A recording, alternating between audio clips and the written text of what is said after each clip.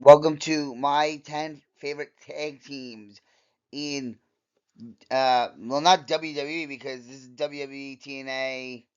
I watched a little bit of Lucha Underground, but I didn't put anybody on this list. I was starting watching wrestling in July 2006, so that's where most of my opinions would be going forward. I don't think there's a tag team on there before outside of one, but they were uh, pretty big, I would say, in my lifetime. So we're gonna start with some honorable mentions first. I'm gonna give an honorable mention to Decay and the American Wolves from TNA.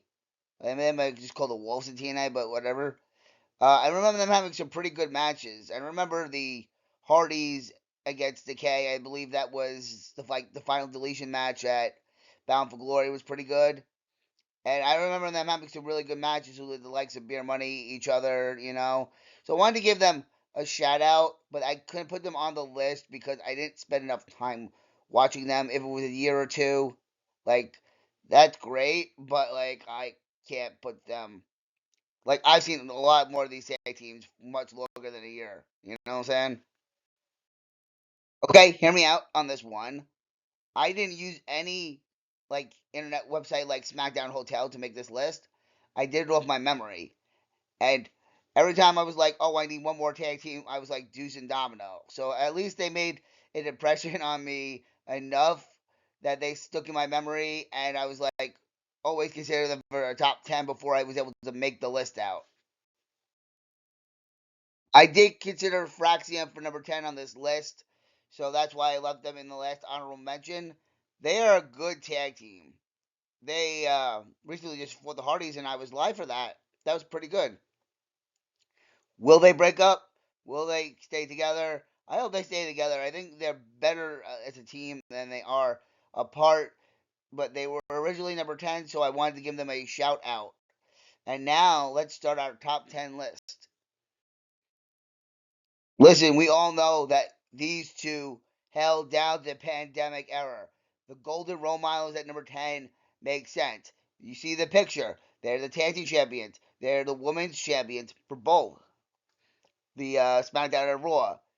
Sasha Banks, of course, everyone knows I'm trying to get WWE's attention as an autistic person. Sasha Banks has an autistic brother. I've always been drawn to her because of that. Bayley's always been one of my favorite female superstars since she debuted. So I think that these two deserve their spot at number 10. Like, they're the first women's tag team champions, too, in the Elimination Chamber. Even though they did lose it um, quickly. But, I think they deserve number 10 for what they did in the pandemic era, in my opinion. And let's hope that maybe one day they get back together. I can see a lot of people commenting on this one that the Usos are very low on the list.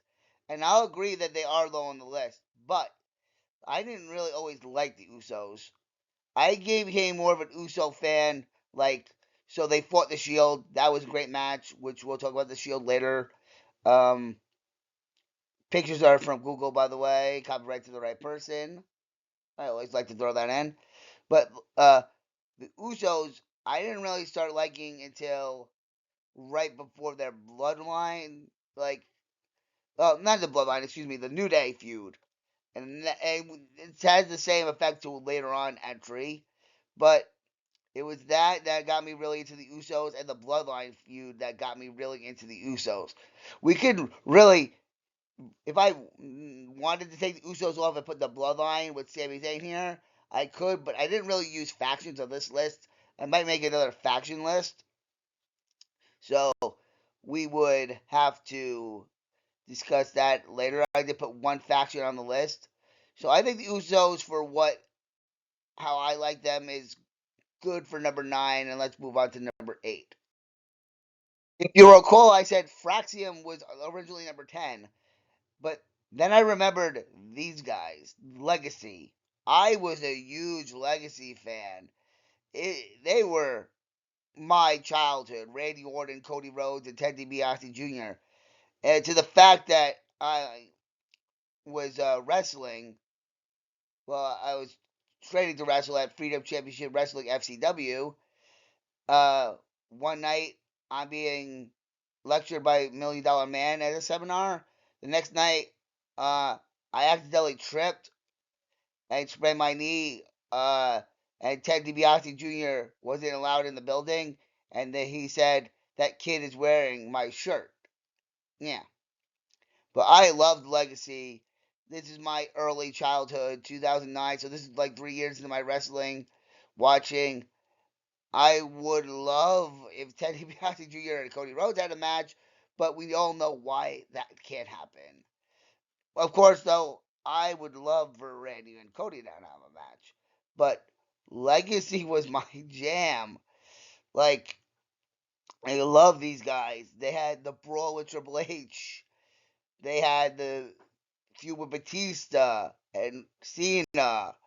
I just remember loving these guys, and this is the reason why Fraxia was not on the list, because I remember them last minute, and I was like, this is the team that has to be on the list. So let's move on to number 7. I will admit, I thought these two were going to be a lot higher on the list. When I made the list, you know, 7's good from them. They're like the Usos. This is the Uso replica in the TNA realm. I wasn't a fan of the Motor City Machine Guns until they had the best of 5 series with Beer Money. And they shown me that they're a great tag team in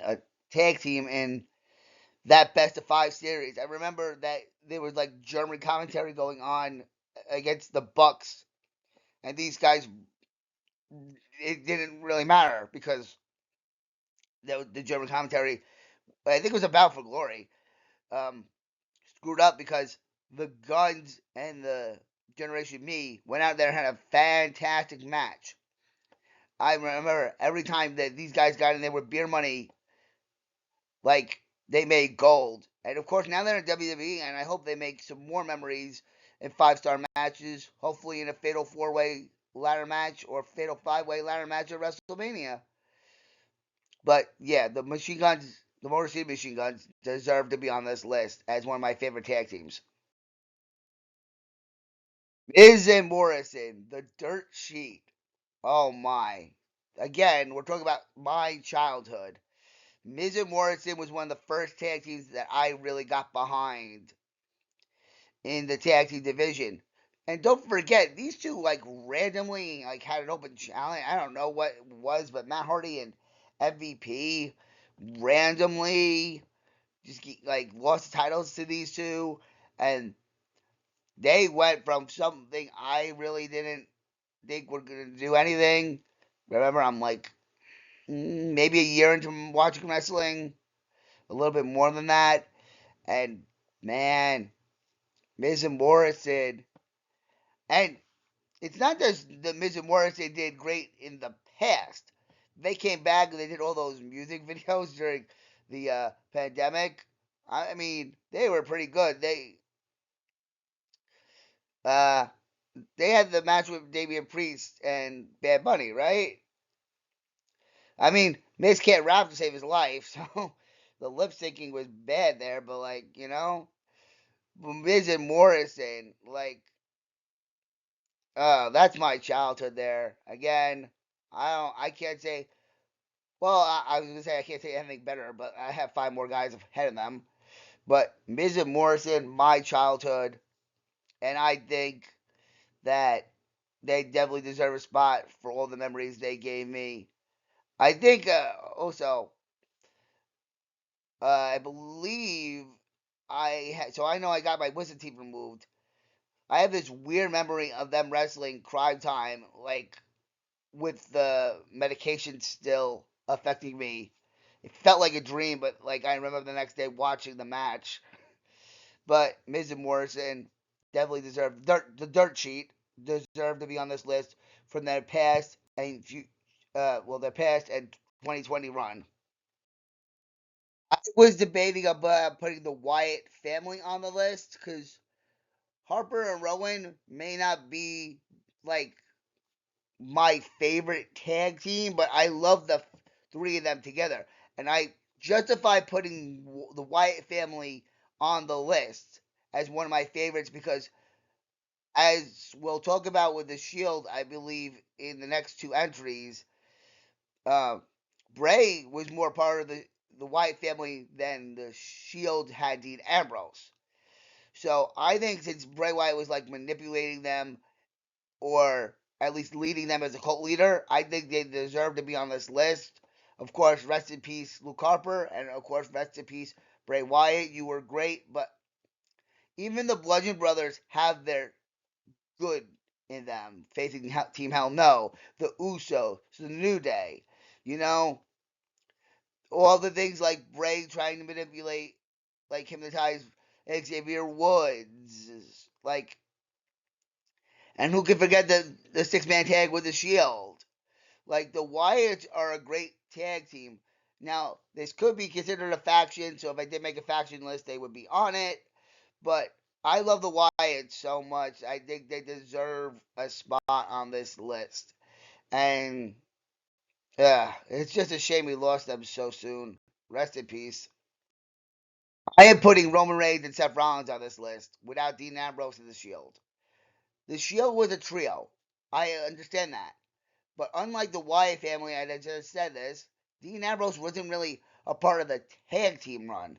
I like the Shield, Roman Reigns, and Seth Rollins as a tag team. So this is a tag team list, not a faction list. And I did consider putting Dean Ambrose in this, but like, was Dean Ambrose fighting the Rhodes? Was Dean Ambrose fighting the the Usos?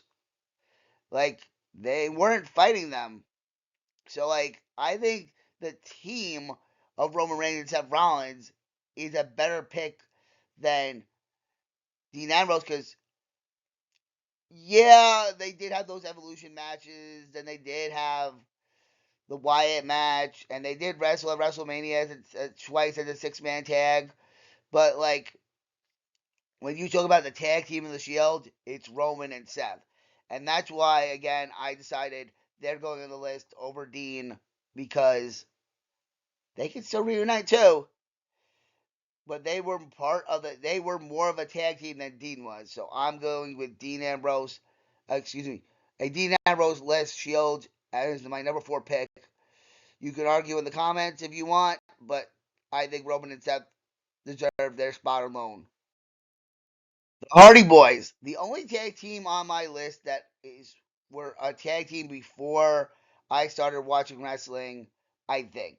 But why are the Broken Hardys here? Because yeah, the Hardys are great, but I didn't really fall in love with the Hardys until uh, the Broken Hardy gimmick. I love the Ultimate Deletion matches. I love those cinematic matches that they put on. I love the Hardy compound and all that. You never thought that like Matt Hardy would be the better Hardy in a sense in that wave. Like Matt was creatively in charge of the more memorable Hardy moments in my opinion. Well, I mean creatively wise, like Brother Nero, I knew you come. Well, in the ring, Jeff is the one who is making all the memories. Again, I just saw them live taking on Fraxium. I've probably been to some other Hardy matches. I can't remember. I know I was there when Jeff Hardy beat CM Punk for the World Heavyweight title, but that's not a Hardy Boys moment. Like, I was always entertained with them in WWE too. But like the Hardys have a legacy before me. They have a legacy with me, and they'll have a legacy after this video is posted. They are currently the TNA Tag Team Champions too, and that just shows how long the Hardys' legacy holds up.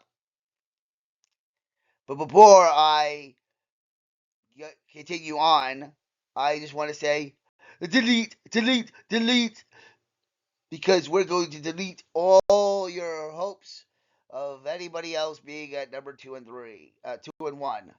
So, YouTube audience, I knew you come to number 2.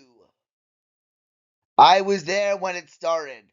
When these guys started their longest reigning tag team championship run.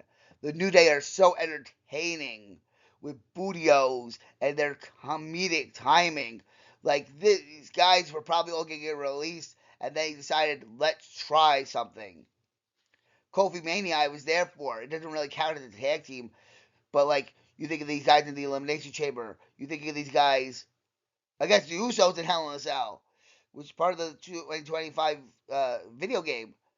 Like these guys can go in the Hall of Fame. Kofi, I hope that Kofi Kingston is one day a two-time Hall of Famer. He had a great career on his own, and I think that, of course, the New Day run. Now, about Big E. I know that you guys want to talk about Big E really quick. I think that was the right decision. I think I read something that Big E said that was the right decision too to move the New Day character on. I think that was a great heel turn. I just don't think it was followed up very well. But we don't have to worry about that because the New Day is resting easy at number 2.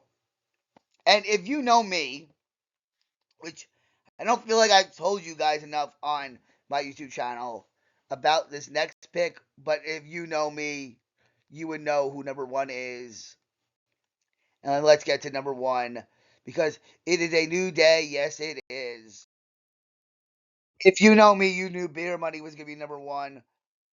If Morrison and Miz wasn't like the first tag team that got me into professional wrestling, Beer Money was. The best of 5 series against the Motor City Machine Guns. The great matches with Decay. The Wolves. I don't think they ever took on Generation Me. I think they said they took them on a house show, and that's one that they regret not doing the TV. I remember not liking these guys immediately when they formed, but I remember loving them ever since. Beer Money is my favorite tag team of all time. You're drinking while you're intoxicated. The DWI. I mean, I can't say anything but like if you never see Beer Money in the ring, you have to go watch Beer Money in the ring. And to say something else, I didn't really talk about breakup so much, but these guys had a great breakup too. The beer bottles to the head. They had a great match at Bound for Glory. It was one of my favorites. Like full circle, these guys have done it. I mean, if we could get a couple more matches and Bobby Roode was able to compete, I'd be down. But that's my top 10 list. I know that there were some picks that were really low in some people's opinions, and I hope Beer Money at a different standard than everybody else. They're my favorite tag team. I think they're the greatest tag team of all time, and they're my favorite. You know, I wonder what you guys' lists are. If you have anything, shout it off in the comments. Thank you for watching. Remember, oh, I can't say enough about Beer Money. I love these guys. I just wish, you know what? I'm just going to put this out in the world. I wish that we could get James Storm and Robert Roode in the WWE video game so I can just have a year because I am going to do GMO this year. Not GMO, my universe mode. And you guys are going to see some of my creations of unique tag teams. And oh my god, if I could just have Beer Money in there running the NXT brand, you probably would not have the tag team titles on anybody else that year. But thank you for watching and stay nice for disability rights.